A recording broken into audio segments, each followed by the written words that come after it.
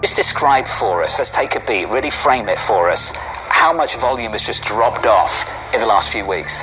Yeah, about a third of the import volume, which means give or take about 50,000 20-foot equivalent units gone off the arrivals coming in next week.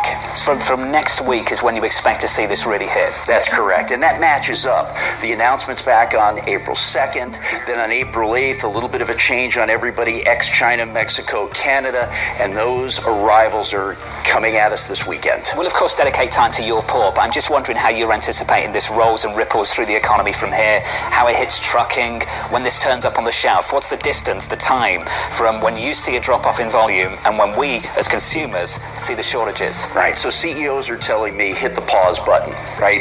I'm not going to import anymore at these kind of prices. Let's wait and see. I don't know if it's going to be 2 hours, 2 days, or 2 weeks till I get some clarity. Then, hiring off the table for right now. Capital investment, pause.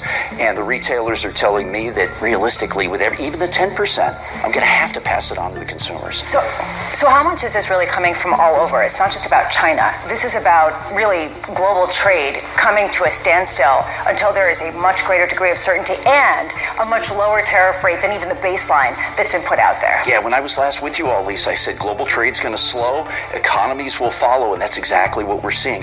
Back in November, so many of us were wringing our hands about 4% inflation. We've just added 10 percentage points to imports coming out of Southeast Asia for our port, and these unbelievable numbers out of China. How much are you going to see a real decline in dock workers if this goes on? Yeah, this is the question. So the trucker hauling 4 or 5 containers today, next week, she probably hauls 2 or 3. The dock workers are no longer going to see overtime and double shifts. They're going to probably work less than a traditional work week, starting right off the bat. Every 4 containers mean a job. So when we start dialing this back, it's less job opportunities. And what happens if we get a deal?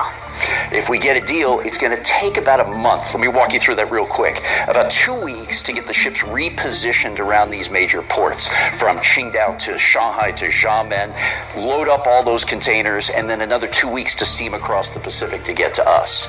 This is important because now we're talking about spring and summer fashion. So we're kind of at a crux here that we've got to have something pretty quick. And back to school, which is, right, I think, very critical when it comes to political pushback for this administration.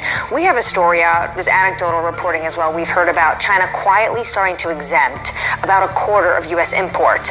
Are any U.S. importers exempting Chinese tariffs? Is there a way to get around the 145%? Not really. There may be some exceptions, Anne-Marie, maybe a little bit going north or south of us, but realistically speaking, nobody is out there talking a lot about, hey, I got a better deal coming out of China right now. The Flexport CEO joined us earlier in the week, and he said ocean freight is down 60% from China.